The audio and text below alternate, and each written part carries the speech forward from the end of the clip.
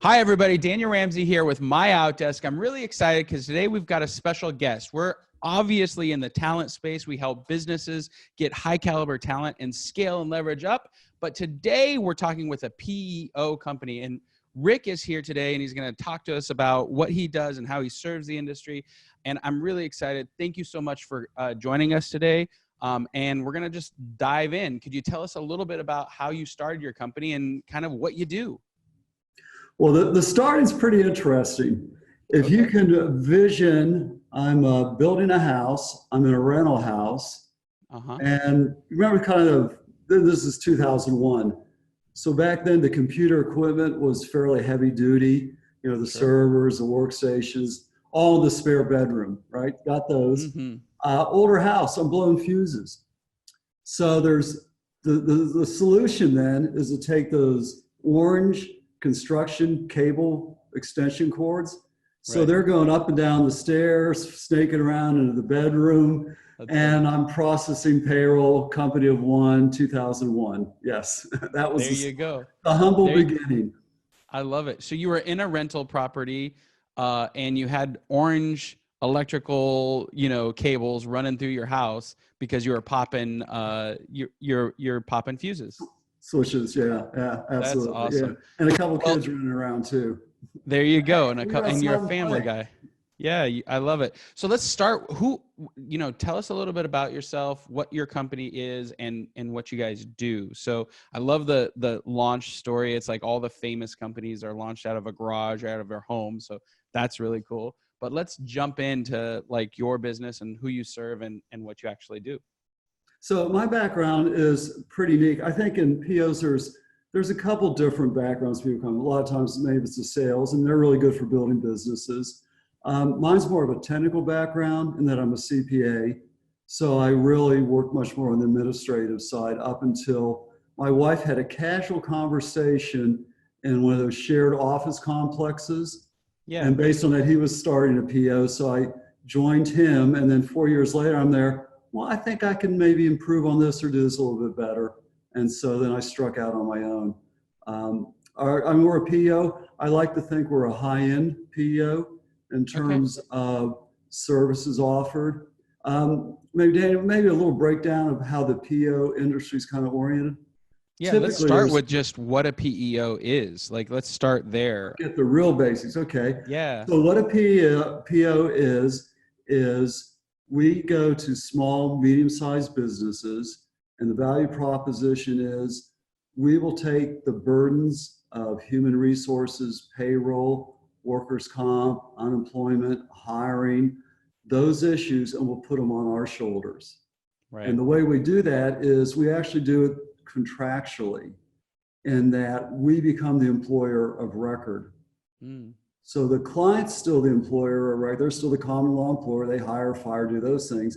They give us, the PEO, certain contractual rights that allow us to be a co-employer. So for example, the big thing is the payroll taxes are filed under our federal tax ID number. Got it. And so that gives us the ability then to offer workers' comp, to get involved in HR issues, to adjudicate claims. So that's kind of our foray into it. But the big takeaway for our clients is HR is getting more and more complex daily. Right. State by state, some states have leave, other states don't. Some states have various taxes, other states do not. Other states require disability insurance on the employees. So it gets to be a very complex landscape, particularly if you're a multi-state employer. And so that's one of the real things we bring to our clients is we bring they no longer have to think about that. Right. They just focus on their business, run their business, figure out how to do what they do, take care of their employees, and then we do the backroom things. I love it. What's the name of your company, Rick? Innovative Employer Solutions. And are you guys a national brand? Are you guys serving everybody in the 51 states? We are in 17 states. We're a really strong player in Southwest Florida, a large regional player. And Florida is like the hotbed for PEO companies. Is that like that's where it was all started? Why is Florida such a big adopter of this, early adopter? It's interesting. I think it's because the folks that started it then, as they had employees break away, just started more companies. It's kind of like why Silicon Valley, Right. the hotspot for technology. Florida's often been called, especially the west coast of Florida, the Silicon Valley of PEOs. So That's it's funny. where it started, actually 70s, really, really early start. And back then, the pioneers, I mean, there were different issues they had to fight through because the regulatory bodies understand what the PEOs are, Right. what we do, how to regulate us. All those battles have really been fought and won to the point now where we've had federal statutes. It's called a certified PEO or CPEO, where the IRS recognizes us. And so we're the final arbiter in terms of remitting payroll taxes. So Makes yes, sense. we've come a long way. Why that happened to be Florida, it's hard to say. The only thing you can say is really when you hear about trends a lot of times start California, Texas, Florida. So it's a trend we started. And I think it's grown so rapidly here we're such a resource, such a relief to small business owners that we do so much for them. It's just, our industry's done studies, outside independent studies. 90% of a client with a PEO would recommend using the service to a friend or business associate. It's a pretty high number. I think that's pretty cool. What are some of the common uncertainties or anxieties that you guys relieve for the small and medium-sized business owners? Probably the couple of the big ones are from workers' comp's a big one. Mm-hmm. So how do you set up your workplace so it's less risky? Safety inspections, safety procedures, safety process. But then a lot of that goes back to what kind of folks you're hiring. So we help out with the hiring in terms of how do you get a better quality of person, doing background checks, interviewing techniques. And so we'll really help them hire better folks. And then like less chance of error if you're hiring the right people. Many times you hire a workers' comp injury. And so we try to really steer them away from that. How do you help let's say you have there's a client who's a medium-sized business and they come to you and they say, hey, we haven't been successful hiring people, or we need a new process. How do you provide that service, and what does that actually look like? Well, there's a couple ways we do it. First, we automate that. So we'll provide them a cloud-based onboarding process. And so the quicker you can onboard somebody, the quicker you can be more productive with them. So within that onboarding process, the client can do a welcome message. They can tell them about their company. They can sign off on all their policies and procedures, including the safety we were just talking about, their employee handbook. In addition, you get the 99, W-4, all that type of paperwork signed. So once that's done, and even going back for that's actually once the hiring offer has been made and accepted. But prior to the interviewing process, we can help them with software that automates the hiring process. And so the software will identify individuals. They can channel where the resumes go, who interviews, the type of questions they ask, they give feedback to the client. So we can automate that as well. And then step that back, we help them what type of questions to ask. And I'm a big fan of behavioral interviewing. So in a behavioral interview, you really try to determine what the behavior's been in prior jobs. And because that's the best indication of future performance, unlike the stock market, yes. Right. In terms of hiring people, if you figure out how effective they were. And so then that gets down to what type of questions you ask. So you ask really deep, penetrating questions and not just yes and no's or surface type questions, but you always burrow in a little bit more. Well, why? That's interesting. Tell me a little bit more about that. What else can you tell me? That's really interesting. And so you get a much better idea of a candidate and the potential and how they'll operate under your organization if you do a behavioral type interview. What's one of your favorite interview questions? I mean, it sounds like you've helped a lot of people in this space, and and we're going a little off script now, which watch out, I'll do that sometimes. But it's what we do. We consult. I mean, Yeah, so when you say yeah. script, you're actually experiencing the consultative effort of the PEO as we talk. Well, I'm always just kind of curious. One of my favorite questions was, tell me a person that you admire and respect and why. And, a lot of questions are kind of generic, but when you start finding out what they value, like an interviewee values, you can kind of see if those values align with your organization. So I'm always kind of curious. And whenever I've asked that question, I get some really good feedback. So I'd love to hear your favorite interview question. The favorite one and it's one I ask every time, and it's near the end, because first you need to develop some rapport with the candidate. So they're put them in a comfortable, you're chatting, interactive kind of conversation. It's all going well. But at some point you say to them, well, gee, Joe or Josephine, this is really great, but we talk to all your references, and particularly we're going to talk to your last supervisor. And when I talk to him, what are they going to say about you? And it's amazing. I mean, I had one gal said, "Oh no, you don't want to do that." And you're like, red flag, right? Red flag. Okay, that's really cool. Set that up kind of in that manner where they believe you're really going to talk, and you should. Sometimes you can't, because, as you know, some employers won't have those conversations. They'll just confirm, time, rate of pay, time work, things like that at the max. But if you can say that sincerely enough, and it's your really intent to do that, and the folks believe you, they'll typically be very candid. Yeah, and you can always soften a little bit. If I'm going to talk to your supervisor, what would they say your strengths were? So that kind of gets them talking about their strengths. And then you always add, that's great, but maybe tell me a little bit about what they think you should work on. I love it. It's a little bit softer, but you're still getting the nitty gritties. Yeah. When you've helped some businesses, what are some of the craziest mistakes that these folks are making when it comes to hiring and onboarding new employees? It's funny. Each client's kind of different. Mm-hmm. A lot of times you get people who it's interesting, because when you hire somebody, the cost of that employee can be significant if it doesn't work out. There's studies that say trainings cost, you put a number on $2,000, $5,000, $10,000. There's a real cost to train somebody who doesn't work out in terms of errors they make. Just errors, time taken from other employees' training. So there's a lot of costs there. So it's really important to get the right person. And probably the most amazing thing is when I see employers don't really have a structured hiring process.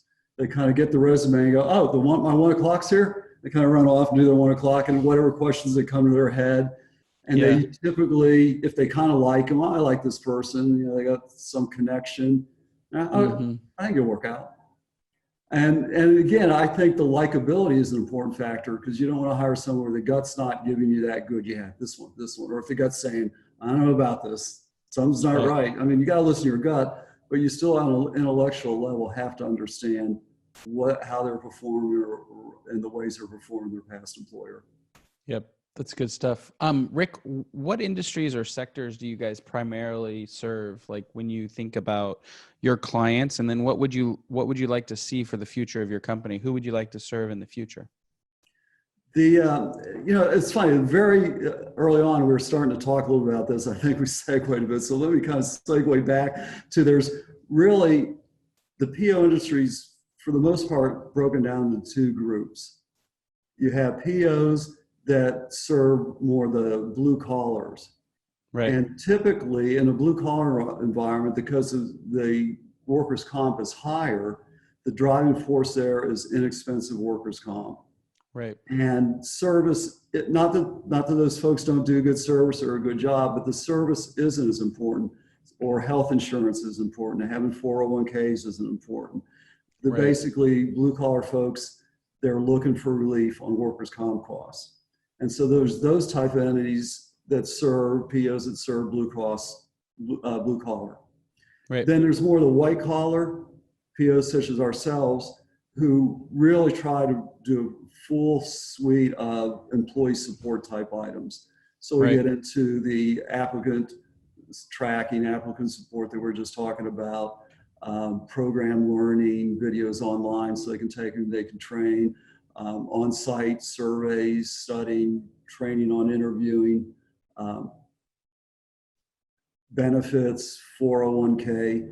So for the white collar folks, and at the upper end, you could say physicians or attorney groups who really need, and it gets down to competition. They need to offer a suite of benefits in terms to get the employees to work for them. And so that's really our niche, is working for those folks.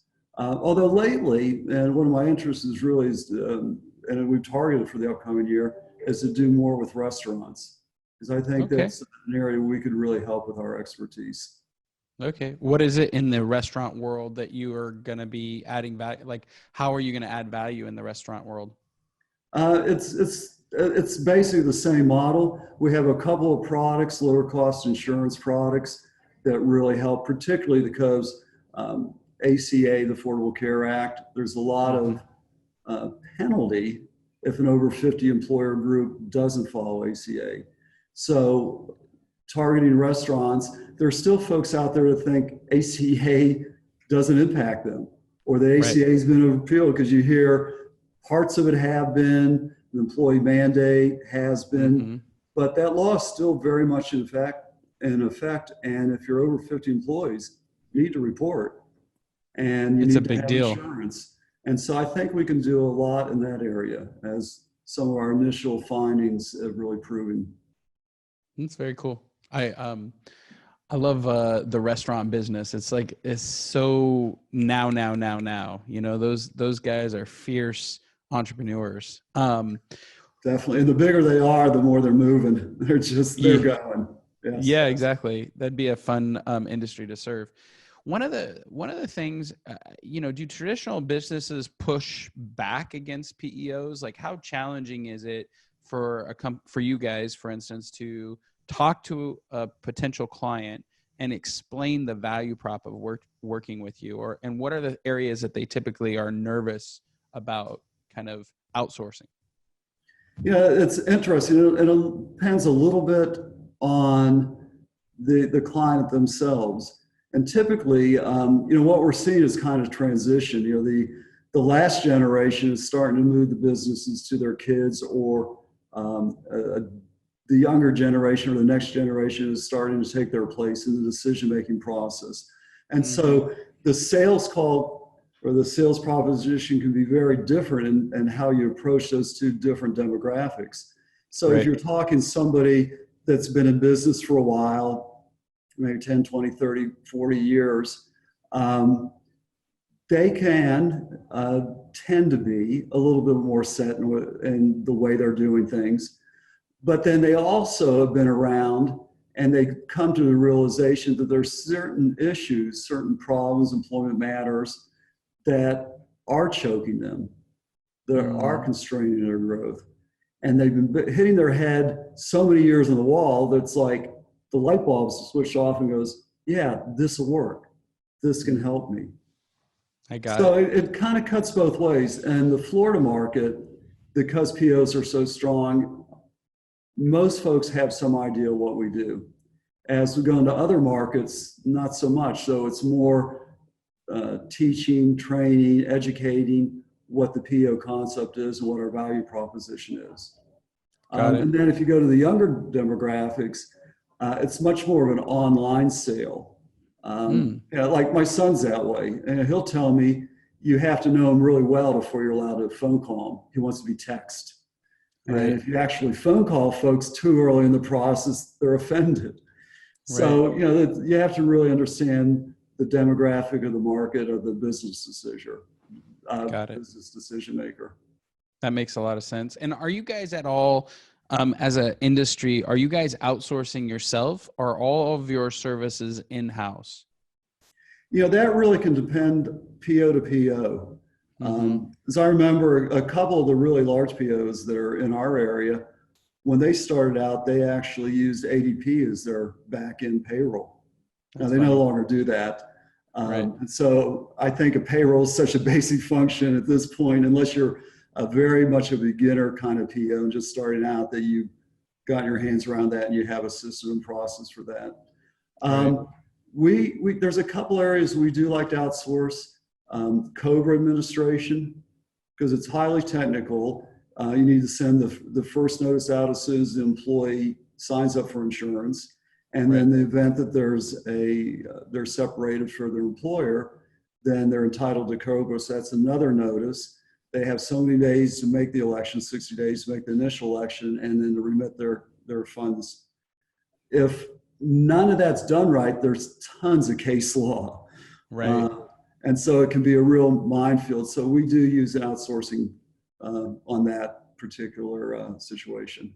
That makes sense. If you could say one thing to people who are considering a PEO, like what is the one thing you would tell them, or what is what's the one thing that matters to them if they're considering hiring a PEO? Given today's labor market that's extremely tight, the number one thing I think, even as a business person, you really need to focus on is your employees, because employees are everything. How you treat them, how you motivate them, how you encourage them, the benefit offerings you provide them. That's your business, no matter what kind of industry you're in. Right. And I think that's only going to increase is because the next generation comes along, their expectations are a little bit different. They're not quite as tied to the employer. There's more independence. They're more seeking experiences in life rather than work experiences in life. And so that awareness and that understanding, I think, is really the fundamental issue that's really facing today's business. And so creating those workspaces so the employees are happy. My son works in California, and they're so far ahead of us in this. So you come back in the stories, I mean, they have commuting transportation, they get paid benefits. One time in the afternoon, so let's all go get ice cream. And they all troop down to the park, and 20 or 30 people buy ice cream. Right. It's an IT company, obviously, but but that's what you have to do sometimes to keep your folks happy and to keep them employed and to keep them jumping ship. And I think we can bring a lot of value in terms of employee engagement, in terms of the consultation and of benefits, keep your folks engaged, help them hire the right folks. I think we really complement that very much. That's awesome. Where do you see this industry going over the next 5 years? I mean, you and I were both in the HR outsourcing world. We provide talent. You guys are a PEO. So there's a lot of, I see a massive amount of growth as businesses are kind of understanding the benefits. But where are you seeing this industry going over the next 5 years?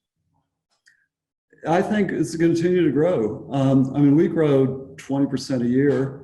And I'm hoping this year we'll do a little bit better than that because we're really working very difficult, we're working as hard as we can to keep growing our business because I think we have such a good value proposition that I just want to spread the word. Let folks know that life doesn't have to be as challenging on the employment side of things.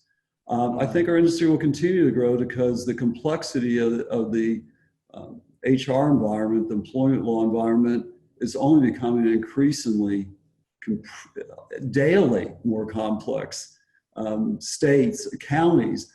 Florida's a good example where there's certain laws, federal laws, EEOC, Title VII, discrimination type laws. They typically, at the federal level, are really applied to 15 or more employees.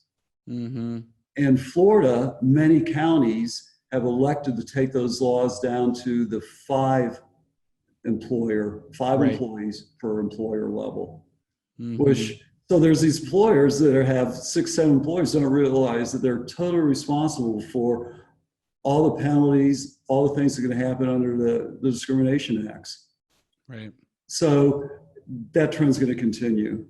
And you own that risk? You own that risk. Is that how that's one of your value propositions is if you're. Well, it's our risk in terms of that is more consultative because ultimately the employer still makes the firing decisions. And so if they do something firing, and that's usually, we hear about in a termination, justified or not, real or not, but that's usually where it comes up in the termination end. then they really go after the worksite employer. And so Got it. we're there really to keep them from jumping off that ledge, to stop Got that it. from happening, to give them advice, talk to us before terminating somebody. And if they do get in that, then we're right there every step of the way, working through how to sidestep that, how to explain what happened. Because a lot of times it's miscommunications, it's misunderstanding, and many times that can really be cleared up long before you start getting the attorneys, the litigation. Sure. Which Yeah. is terrible. Well, this leads us into the next question, which is always my favorite. What do you believe like your guys' special sauce is? Like the thing that makes you uniquely different from any other company out there doing what you guys do? I think it's really the relationships we develop with our clients. And there's another debate, I guess. We talked about blue collar, white collar. There's probably another division, regional versus national PEOs. Yep. I think at the regional level, the relationships are much deeper with our clients. It's pretty much most of our folks, it's almost like they're married in that they finish each other's sentences. I mean, we get to know each other that well. We understand their business. So it's not if they call up, they don't speak to somebody that doesn't know them, doesn't know their situation. They speak here to somebody. We had a situation where somebody had somebody out on leave for a long period of time, and they want to know how to handle it. And I said, you really need to do it consistently where you have in the past. You know, there's some, depending on the severity of the person's condition and what's going on. But the number one thing is you really need to treat everybody the same and however they handled folks in the past. So they kind of had a path they'd picked. I'm saying, let me look at your records a little bit. And so we pulled out some past, an employee that also had been on leave for a while and how they handled that. And we sent the write-up to them and they go, oh yeah, maybe we ought to do it that way. And so it could have been huge. You know, those are the kind of expensive cases because you're talking about ADA and an unlawful termination. And so if you, in one case, don't terminate the person and keep them on board during the leave, kind of following the rules and what ADA likes to see. And in another case, you terminate the person in a much earlier stage. Right. Then ADA or she had an attorney says, why the difference? Cool. I appreciate you that. You need to be able to answer that. Better yet, not to have a difference. Right. And so because this client had been with us 6-7 years, we knew as much, well, actually we knew more about their HR history than they did. And so we're able to give them really good guidance and they're appreciative. I love that. What we're going to wrap up right now, but what kind of advice or encouragement would you give our audience when considering like the PEO world? There's, again, it depends if your audience is blue collar or white collar. So if you're blue collar, seek those companies out that like blue collar. You know, they'll be more in tune with your risk, and there is more risk in the blue collar world. So that's the kind of folks you want. If you're more gray collar or white collar, then you really want to understand what the services are. Because not all POs are created equal. And then get some references and understand that to make sure those services are delivered timely and effectively. There you go. Well, Rick, you're the founder and CEO of Innovative Employer Solutions Incorporated. How would somebody get a hold of you guys if they wanted to, you know, explore your particular company and your services? You can find us on the internet. It's a great place. Innovative Employer Solutions. We're domiciled in Florida. You want an 800 number too or something? Sure, man. Yeah, let's give it out. Call us directly. I give you 727-323-7979, and you'll ring straight through, and can start the conversation, start the dialogue, understand what you need. All right. Again, Rick, thanks for being here. We really appreciate your time today, and this has been a great interview. Great. I really enjoyed it. Thanks so much, Dana, for your time.